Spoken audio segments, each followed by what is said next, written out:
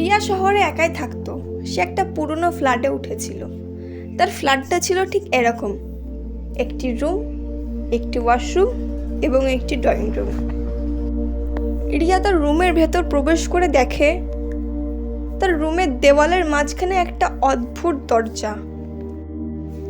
এই দরজাটিকে দেখে রিয়া যখন বাড়িওয়ালাকে জিজ্ঞেস করলো এই দরজাটা দেওয়ালের মাঝখানে কেন এলো, বাড়িওয়ালা সেরকম কিছু বলল না, তবে শুধু এইটুকু বলল, ওই দরজাতে কখনো হাত রাখবে না, কখনো খোলার চেষ্টা করবে না।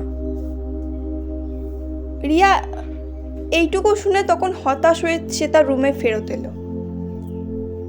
তারপর পরের ঘটনা, ঠিক রাত 12টা।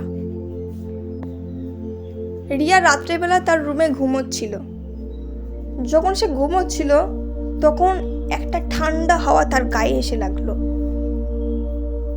সে কাঁপতে কাঁপতে উঠে বসলো।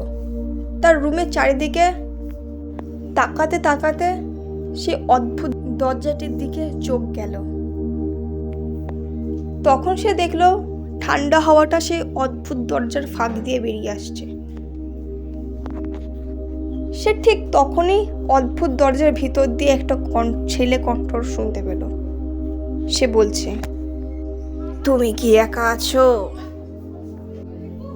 রিয়া ভয় পেয়ে উঠে দাঁড়ালো। তবুও সে সাহস করে দরজার পাশে গিয়ে দাঁড়ালো। দরজার গায়ে হাত রাখতেই দরজাটি খুলে গেল এবং সে দরজাটির ভেতর থেকে একটা ছেলে বেরিয়ে এলো। তার চোখে ছিল শূন্যতা আর মুখে অদ্ভুত হাসি। রিয়া এই দেখে ভয় পেয়ে কিছুটা দূরে সরে গেল। ছেলেটি ধীরে ধীরে এগিয়ে আস্তে আস্তে বলল, তুমি এখন আমার দরজার ওপারে চলো।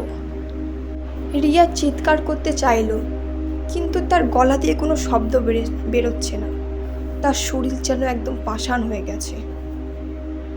তার কিছুক্ষণ পরই দরজাটা আবার বন্ধ হয়ে গেল।